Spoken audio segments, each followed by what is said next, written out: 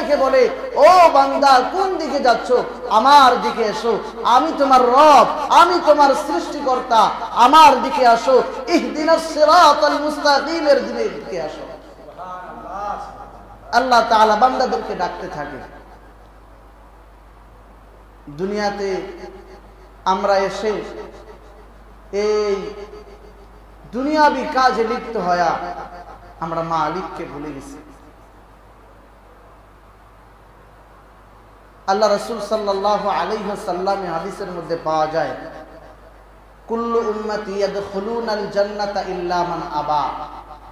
পৃথিবীর সব উম্মতেরাই জান্নাতে যাবে, বলেন সুবহানাল্লাহ। তবে যারা আমি নবীকে মানে না এরা ব্যতীত। কিলা মান আবা, সাহাবায়ে কেরাম প্রশ্ন করলেন, কিলা মান আবা, ইয়া রাসূলুল্লাহ আপনাকে মানে না তারা কারা? রাসূল কারীম সাল্লাল্লাহু আলাইহি সাল্লাম বললেন, ক্বালা মান আতাআনি দাখালাল জান্নাতা ওয়া মান আসানি ফাকাদ আওয়া। যারা আমি পয়গম্বরকে মানে, আমি পয়গম্বরের সুন্নত মানে, এদেরকে আল্লাহ তাআলা জান্নাতে দিবে। আর যারা আমি পয়গম্বরকে মানে না, আমার আদর্শের বিরুদ্ধাচরণ করে, এরা জাহান্নামে যাবে, সহসায় জান্নাতে যাবে না। পৃথিবীতে যতগুলি সৃষ্টি রয়েছে, এই সৃষ্টিকুলের মধ্যে আল্লাহ তাআলা মাটির সৃষ্টি মানুষকে সৃষ্টির শ্রেষ্ঠত্বর মর্যাদা দিয়েছেন, বলেন সুবহানাল্লাহ। ওয়ালাকাদ কাররামনা বনি আদম ওয়া হামালনাহুম ফিল বাররি ওয়াল বাহরি ওয়া রাযাকনাহুম মিনাত তাইয়্যিবাত ওয়া ফাদ্দালনাহুম আলা কাসীরিন মিম্মান খালাকনা তাফদীলা। নূরের সৃষ্টি ফেরেশতারা শ্রেষ্ঠ নয়, আগুনের সৃষ্টি জিনেরা শ্রেষ্ঠ নয়, মাটির সৃষ্টি মানুষকে আল্লাহ তাআলা সৃষ্টির শ্রেষ্ঠ মর্যাদা দিয়েছেন। তাহলে আমাদেরকে সৃষ্টির শ্রেষ্ঠ মর্যাদা কে দিয়েছেন? জোরে বলেন কে? আল্লাহ। আল্লাহ রাসূল সাল্লাল্লাহু আলাইহি ওয়াসাল্লাম বলেন, বান্দা দুইটা ব্যবস্থা আমি রেখে গেলাম, ১৫০০ বছর আগে আল্লাহ রাসূল চ্যালেঞ্জ করে গেছেন। এই দুই জিনিসকে যদি আঁকড়ায় ধরতে পারো, গ্রহণ করতে পারো, তাহলে অসীম অনন্তকাল শান্তির সেই জান্নাতবাসী হয়ে কবরে যাইতে পারবা। আর একটু জোরে কোন সুবহানাল্লাহ। তার এক নাম্বার ব্যবস্থা হলো রিজালুল্লাহ, আল্লাহ তাআলার প্রতিনিধি দল। দুই নাম্বার কিতাবুল্লাহ, আল্লাহ তাআলার প্রেরণ করা কিতাব। রাসূল কারীম সাল্লাল্লাহু আলাইহি ওয়াসাল্লাম ১৫০০ বছর আগে চ্যালেঞ্জ করে গেছে, এই দুই জিনিসকে যদি আঁকড়ায় ধরতে পারো, তাহলে আল্লাহ তাআলা তোমাকে জান্নাতবাসী করে দিবে, বলেন সুবহানাল্লাহ।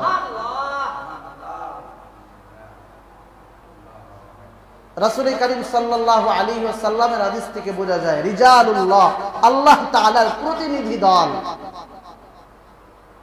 এই উম্মতের রাহবরি করার জন্য যাদেরকে আল্লাহ তাআলা সিলেকশন করে প্রতিনিধি হিসাবে পয়গম্বর বানায়া দুনিয়াতে পাঠাইছেন, এদের মধ্যে মানুষের সবচাইতে বেশি শ্রেষ্ঠ মানুষ হচ্ছেন রাহমাতাল লিল আলামিন, রাহমাতাল লিল আলামিন। আর যত কিতাব আল্লাহ তাআলা দিয়েছেন, এই কিতাবের মধ্যে শ্রেষ্ঠ কিতাব হচ্ছে কোরআনুল কারীম।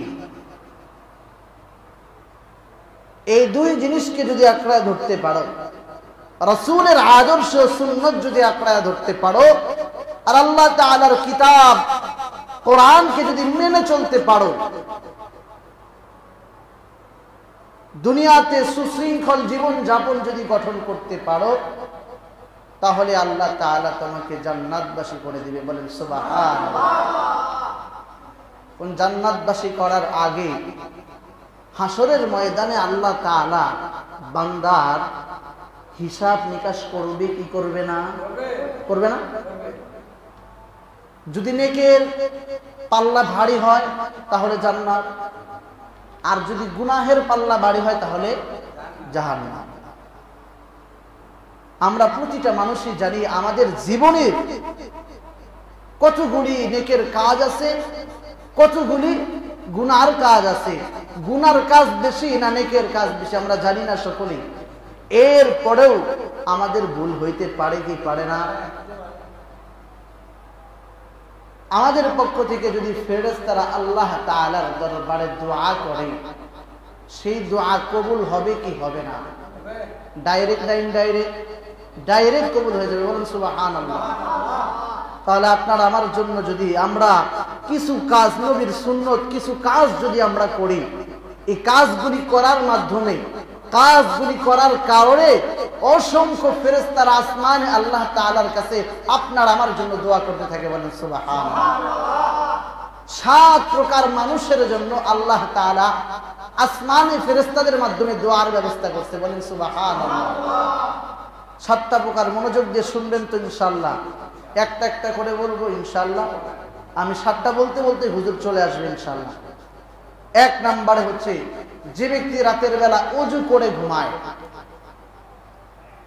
যে ব্যক্তি রাতের বেলা ওযু করে ঘুমায়, নগদে এই ব্যক্তির জন্য আল্লাহ তাআলা আসমানে ফেরেশতাদের মাধ্যমে দোয়ার ব্যবস্থা করে দেয়, সুবহানাল্লাহ। শুধু তাই না, রাতের বেলা ওযু করে কোন ব্যক্তি যখন ঘুমায়, আল্লাহ তাআলা একজন ফেরেশতাকে ওই বান্দার জন্য নিযুক্ত করে দেয়, যে বান্দা ফেরেশতা যাও, আমার ওই বান্দাকে তুমি সারা রাত পাহারা দিবা।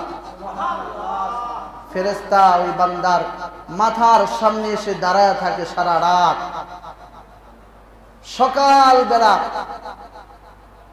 বান্দা শুধু জাগছে, এখনো উঠে দাঁড়ায় নাই, ফেরেশতা আল্লাহর কাছে দোয়া করে, গো আল্লাহ, তুমি আজকে রাত তোমার এই বান্দাকে পাহারা দেওয়ার জন্য আমাকে নিযুক্ত করেছিলে, সারা রাত এই বান্দার সাথে আমি ছিলাম। ও আল্লাহ, এই বান্দার প্রতি আমার মায়া লেগে গেছে। আল্লাহ, তোমার বান্দা যাচ্ছে, এখন উঠে দাঁড়ায় নাই, দাঁড়ানোর আগে তার জিন্দেগীর সমস্ত গুনাহ মাফ করে দাও। কে দোয়া করতেছে? ফেরেশতা। কে দোয়া করতেছে? কে দোয়া করে? ফেরেশতা দোয়া করতেছে। কার কাছে? আল্লাহর কাছে। দোয়া কবুল হবে কি হবে না? তাহলে এই ওযু করে ঘুমানোর মধ্যে লাভ আছে না নাই? লাভ আছে। রাতের বেলা ইস্তিনজা করলাম, ইস্তিনজা করে একটু হাত ধুই বা মুখ ধুই, একটু ওযু করে যা ঘুমাইলাম। এখন বলতে পারেন হুজুর শুইলেই তো ওযু ভাঙা যাবে। হ্যাঁ, ওযু ভাঙিয়ে দিলে যাক। আল্লাহ রাসূল আমাদেরকে ওযু করে ঘুমাইতে বলছে, আমরা ওযু করে ঘুমাবো। তাহলে ওযু করে ঘুমানোর মধ্যে লাভ আছে। 2 নাম্বার, যে ব্যক্তি নামাজের প্রথম কাতারে নামাজ পড়ার জন্য ইচ্ছা পোষণ করে, নিয়ত করে, নগদে তার জন্য আসমানে ফেরেশতা আল্লাহর কাছে দোয়া করতে থাকে, বলেন সুবহানাল্লাহ। as-safful awwal, প্রথম সফে নামাজ আদায় করার নিয়ত করছে। আপনি রাতের বেলা এশার পরে নিয়ত করলেন যে আমি ফজরের নামাজ মসজিদে প্রথম রাকাতে যায় নামাজ আদায় করব। এশার পরে আপনি নিয়ত করে ঘুমাইলেন, অথচ ঘুম থেকে উঠতে একটু লেট হয়ে গেল, আপনি নামাজ পড়তে এসে সবার শেষের কাতারে কি করছেন? নামাজে দাঁড়াইছেন, কিন্তু আল্লাহর আদালতে আপনি প্রথম কাতারে দাঁড়ায় গেছেন, বলেন সুবহানাল্লাহ। এই ব্যক্তির জন্য আসমানে অসংখ্য ফেরেশতারা আল্লাহর কাছে দোয়া করতে থাকে, বলেন সুবহানাল্লাহ। তাহলে 1 নাম্বার, রাতের বেলা যে ব্যক্তি ওযু করে ঘুমায়, বলে রাতের বেলা যে ব্যক্তি ওযু করে ঘুমায়, আপনাদেরকে একটু কষ্ট দিই, একটু বলাই, যাতে করে বাড়িতে নিয়ে যাইতে পারেন কথাগুলি। 1 নাম্বার কি? রাতের বেলা ওযু করে ঘুমায়। 2 নাম্বারে যে ব্যক্তি নামাজে প্রথম কাতারে নামাজ আদায় করার ইচ্ছা পোষণ করে। 3 নাম্বার, যে ব্যক্তি সাদকা করে, নগদে ব্যক্তির জন্য ফেরেশতারা দোয়া করতে থাকে, বলেন সুবহানাল্লাহ। এর প্রেক্ষিতে আরেকটা হাদিস মনে পড়ে গেল, বলবো? আল্লাহ রাসূল সাল্লাল্লাহু আলাইহি ওয়াসাল্লাম, দেখেন সাদকা করার কি ফজিলত। আল্লাহ রাসূল সাল্লাল্লাহু আলাইহি ওয়াসাল্লাম বলেন, যে ব্যক্তি সাদকা করে, নগদে ফেরেশতারা দোয়া করতে থাকে, বলেন সুবহানাল্লাহ। এর প্রেক্ষিতে আরেকটা হাদিস মনে পড়ে গেল, বলবো? আল্লাহ রাসূল সাল্লাল্লাহু আলাইহি ওয়াসাল্লাম, দেখেন সাদকা করার কি ফজিলত। রাসূল করিম সাল্লাল্লাহু আলাইহি ওয়াসাল্লাম ফজরের নামাজ আদায় করে মসজিদ থেকে বের হয়ে যাচ্ছে। সাধারণত যদি আমাদের চরমনায়ের পিসাব যদি মসজিদ থেকে বের হয় তার পিছনে লাইন লেগে যায় মানুষের, যায় না? আমার রাসূল যখন মসজিদ থেকে বের হয় তাহলে সাহাবীদের কি পরিমাণ ভিড় থাকতে পারে। কিন্তু রাসূল করিম সাল্লাল্লাহু আলাইহি ওয়াসাল্লাম এমন একটা ভাব করলেন যে তোমরা থাকো, আমি যাই একা, আমার সাথে কেউ আসবে না, এরকম একটা ভাব নিয়ে সে বের হয়ে গেলেন। রাসূল করিম সাল্লাল্লাহু আলাইহি ওয়াসাল্লাম মসজিদ থেকে বের হইয়া কিছু দূর তার একজন সাহাবী আব্দুর রহমান ইবনে সামুরা, এই সাহাবীর বাড়ির সামনে দরজার সামনে দাঁড়াইয়া দরজার মধ্যে নক করে আব্দুর রহমান ইবনে সামুরা বাসায় আসুনি। আব্দুর রহমান ইবনে সামুরা দরজা খুলে দেখে রাসূল করিম সাল্লাল্লাহু আলাইহি ওয়াসাল্লাম আমার দরজার সামনে দাঁড়ায় আছে। সাহাবী রাসূলকে দেখে চিৎকার দিয়ে ডাক দিয়ে বলে, ইয়া রাসূলুল্লাহ, আপনাকে তো দাওয়াত করেও আনা যায় না, আপনি এত ব্যস্ত থাকেন, বিনা দাওয়াতেই আপনি আমার বাড়িতে চলে এসেছেন, এমনি এমনি আমার বাড়িতে আপনি আসেন নাই, নিশ্চয়ই কোনো এক উদ্দেশ্য নিয়ে আসছেন, নিশ্চয়ই কোনো কারণ আছে। কারণ আপনার সাথে আবু বকরের থাকার কথা, ওমরের থাকার কথা, ওসমানের থাকার কথা, আলীরও থাকার কথা, কেউ নাই, আপনি একা আসছেন, কোনো না কোনো অবশ্যই কারণ আছে। রাসূল করিম সাল্লাল্লাহু আলাইহি ওয়াসাল্লাম আব্দুর রহমান ইবনে সামুরাকে ডাক দিয়া বলে, আয় আব্দুর রহমান ইবনে সামুরা, হ্যাঁ আমি একটা কারণে তোমার বাসায় এসেছি। গত রাতে আমি একটি স্বপ্ন দেখেছি, এই স্বপ্নটা আমি কাকে বলবো, তালাশ করতেছিলাম কাকে বলবো, চিন্তা করলাম আজকের এই স্বপ্নটা আমি তোমাকে বলি।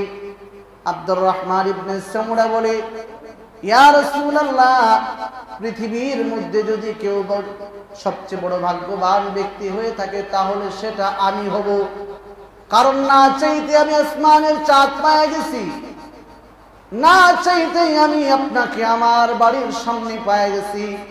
ইয়া রাসূলুল্লাহ, আপনি আপনার এই স্বপ্নের কথা আমাকে বলেন, আমি শুনবো। আপনার এই স্বপ্ন থেকে শিক্ষা নিয়ে বাকি জীবনটা আমি কাটায় দিব, বলেন আল্লাহু আকবার। আব্দুর রহমান ইবনে সামুরা বলার পরে রাসূল করিম সাল্লাল্লাহু আলাইহি ওয়াসাল্লাম বলে, রাতের বেলা আমি ঘুমাইছি, আমি স্বপ্নে যোগে দেখতেছি আমার একজন উম্মত, এই উম্মতকে আজরাইল ধাওয়া করছে, ধরতে যাচ্ছে, ধরতে পারতেছে না, ধরতে যায় আবার ধরতে পারে না, কিন্তু স্বপ্নে আমি সেই উম্মতের কোনো কাজে আসতে পারি নাই, তাকে কোনো সাহায্য করতে পারি নাই, আমার খুব কষ্ট লাগছে। একটু পরে সামনে আগায় দেখি আমার আরেক উম্মতকে শয়তান বড় ত্যক্ত বিরক্ত করতেছে, আমি তাকে কোনো সাহায্য করতে পারি নাই, আমার খুব কষ্ট লাগছে। এরপরে আবার আরেকটু সামনে আগায় দেখি আমার একজন উম্মত বনি ইসরাইল নবীদের একটা মজলিসের মধ্যে বসতে গেছে। বসার জন্য যখন গেছে সেইখান থেকে নবীরা বলছে, তুমি তো উম্মত নবীদের মজলিসে, তোমার কি এখান থেকে চলে যাও। এই দৃশ্য দেখার পরে আমি খুব কষ্ট পাইছি। আব্দুর রহমান ইবনে সামুরা, আমি স্বপ্নে তার কোনো কাজ করতে পারি নাই, তাকে কোনো সাহায্য করতে পারি নাই। আর একটু আগায়া দেখি আমার এক উম্মত পানির পিপাসায় খা খা করতেছে, পানি থাকা অবস্থায় কেউ তাকে পানি দিচ্ছে না। স্বপ্নে আমি তারও কোনো সাহায্য করতে পারি নাই। এরপরে দেখছি আমার এক উম্মত এক অন্ধকার জায়গার মধ্যে দাঁড়ায় আছে, আমার সেই উম্মত অন্ধকার থেকে বের হইতে চাচ্ছে কিন্তু বের হইতে পারতেছে না। আমি স্বপ্নে তার কোনো সাহায্য করতে পারি নাই। আমি একটু সামনে আগায়া দেখি আমার একজন উম্মত সে অন্ধকার থেকে বের হইতে পারতেছে না। এটা বলার পরে আব্দুর রহমান ইবনে সামুরা বলে, ইয়া রাসূলুল্লাহ, আমি তো আপনার স্বপ্নের কথা শুনলাম কিন্তু কোনো ব্যাখ্যা বুঝলাম না। রাসূল কারীম, আপনি যদি আমাকে এই ব্যাখ্যাটা বলতেন, এই ব্যাখ্যা থেকে আমি শিক্ষা গ্রহণ করে বাকি জীবনটা কাটায়া দিতাম। রাসূল কারীম সাল্লাল্লাহু আলাইহি ওয়াসাল্লাম বলে, আব্দুর রহমান ইবনে সামুরা, ওই যে প্রথমে আমি দেখলাম আমার একজন উম্মতকে আজরাইল ধাওয়া করছে, ধরতে গেছে, ধরতে পারতেছে না। একটু পরেই দেখি আমার ওই উম্মত আর আজরাইলের মাঝখানে একটা দেওয়াল হয়ে গেছে। সেই দেওয়ালের মধ্যে লেখা উঠছে খিদমাতুল ওয়ালিদাইন। বলেন আল্লাহু আকবার। এটা হচ্ছে তোমার পিতামাতার খেদমত। এর থেকে বোঝা যায় যারা দুনিয়ার জমিনে পিতামাতার খেদমত করবে, এবং দা ভালো করে শুনে রাখেন, যারা দুনিয়ার জমিনে পিতামাতার খেদমত করবে তারা হায়াতের জিন্দেগিতে আল্লাহ তাআলা বরকত দিয়া দিবে। বলেন সুবহানাল্লাহ। আজরাইল আর সেই উম্মতের মাঝখানে দাঁড়ায় গেছে একটা দেওয়াল। আজরাইল আর তাকে ধরতে পারে না।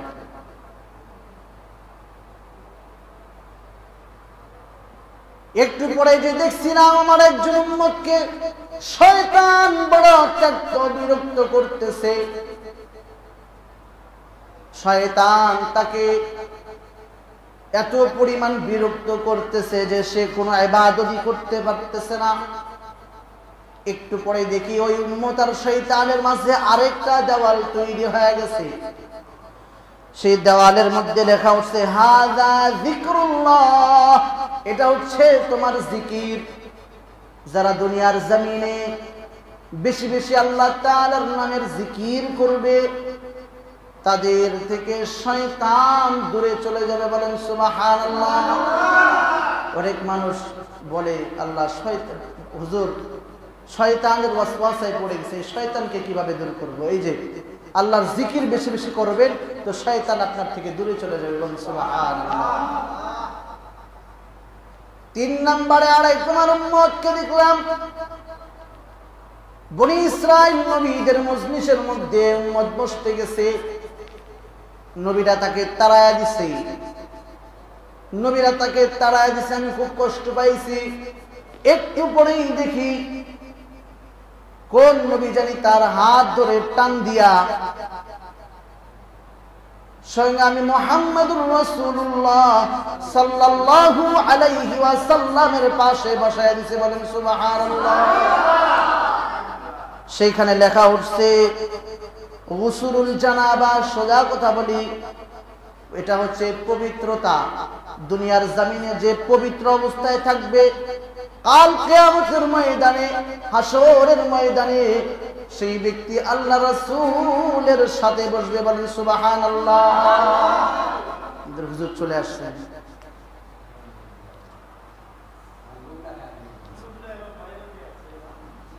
একটু পরে আমি আমার আরেকজন ব্যক্তিকে দেখলাম যে আমার এই উম্মত পানির জন্য খা খা করতেছে।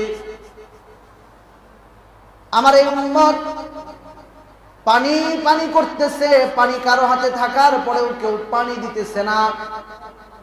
একটু পরে দেখি সেইখানে একটা লেখা উঠলো সিয়াম সিয়াম, এটা তোমার রোজা। সাথে সাথে দেখি কে যেন কূপ থেকে হাত দিয়া পানি উঠাইয়া ওই উম্মতকে পানি পান করায় কলিজা ঠান্ডা করে দিছে। তাহলে বোঝা গেল যে দুনিয়ার জমিনে যারা রোজা রাখবে কাল হাসরের ময়দানে স্বয়ং নবী নিজে হাতে হাউজে কাউসারের পানি পান করায় তার কলিজা ঠান্ডা করে দিবে। বলেন তাহলে রোজা রাখলে লাভ আছে না নাই?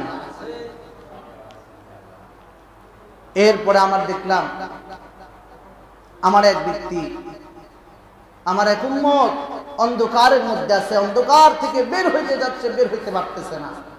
একটু পরে দেখে সেখানে একটা সাইনবোর্ড চলে আসছে যেখানে লেখা উঠছে হাদিহি হাজ্জাতুকা ওয়া উমরাতুকা ইয়া আবদাল্লাহ, এটা তোমার হজ, তোমার উমরা। সাথে সাথে দুইটা লাইট এত পরিমাণ আলোয় আলোকিত করছে, ওই অন্ধকার জায়গাটাতে একটা চুল পড়ে থাকলেও সেই চুলটাকেও দেখা যাচ্ছিল। তাহলে যারা দুনিয়াতে থাকা অবস্থায় কি করবে? হজ করবে, উমরা করবে, জাহান্নামের অন্ধকারের মধ্যে যদি নিক্ষেপ করে হজ আর উমরা তাকে, সেই অন্ধকার জায়গাটা আলোয় আলোকিত করবে, তার কবরকেও আলোয় আলোকিত করে দিবে। বলেন সুবহানাল্লাহ।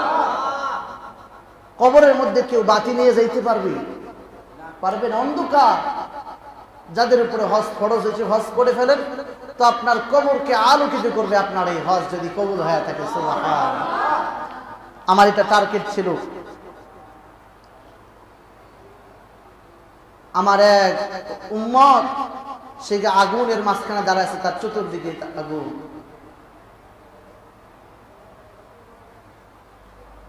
আসসালামু আলাইকুম, আসেন বসেন।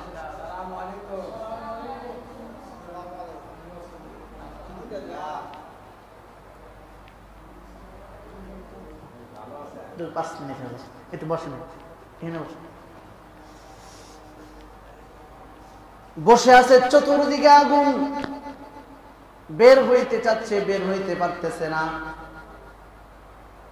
সাথে সাথে সেখানে একটা সাইনবোর্ড লেখা উঠছে, এটা তোমার সদকা, তুমি যে দুনিয়ার জমিনে সদকা করেছো, সেই সদকা পানিতে রূপান্তরিত হয়ে এই আগুনকে নিভাইয়া দিছে। বলেন না সুবহানাল্লাহ।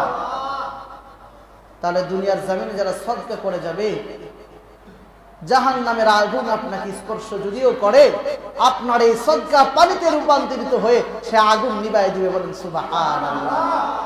তাহলে সদকা করলে লাভ আছে না নাই? কয়টা গেছে ওইদিকে বলেন তো? তিনটা বলছিলাম কিন্তু। এক নাম্বার যে ওযু করে রাতের বেলা ঘুমায়, দুই নাম্বারে বলছিলাম প্রথম কাতারে যে নামাজের ইচ্ছা পোষণ করে, তিন নাম্বারে যে কি করে? সদকা করে। কি করে? সদকা করে। চার নাম্বারে যে ব্যক্তি এক নামাজের পরে আরেক নামাজের নিয়ত করে, নগদে তার জন্য আসমানে ফেরেশতা দোয়া করতে থাকে। বলেন সুবহানাল্লাহ। তাহলে আমরা যখন এশার নামাজ পড়ছি, নামাজ পড়ে বের হয়ে যদি নিয়ত করি আল্লাহ ফজরের নামাজটাও এই মসজিদেই করব, তাহলে আপনার আমার জন্য ফেরেশতারা কোথায় দোয়া করবে? কোথায় দোয়া করবে? আল্লাহর কাছে দোয়া করবে। এই দোয়া কবুল হবে কি হবে না?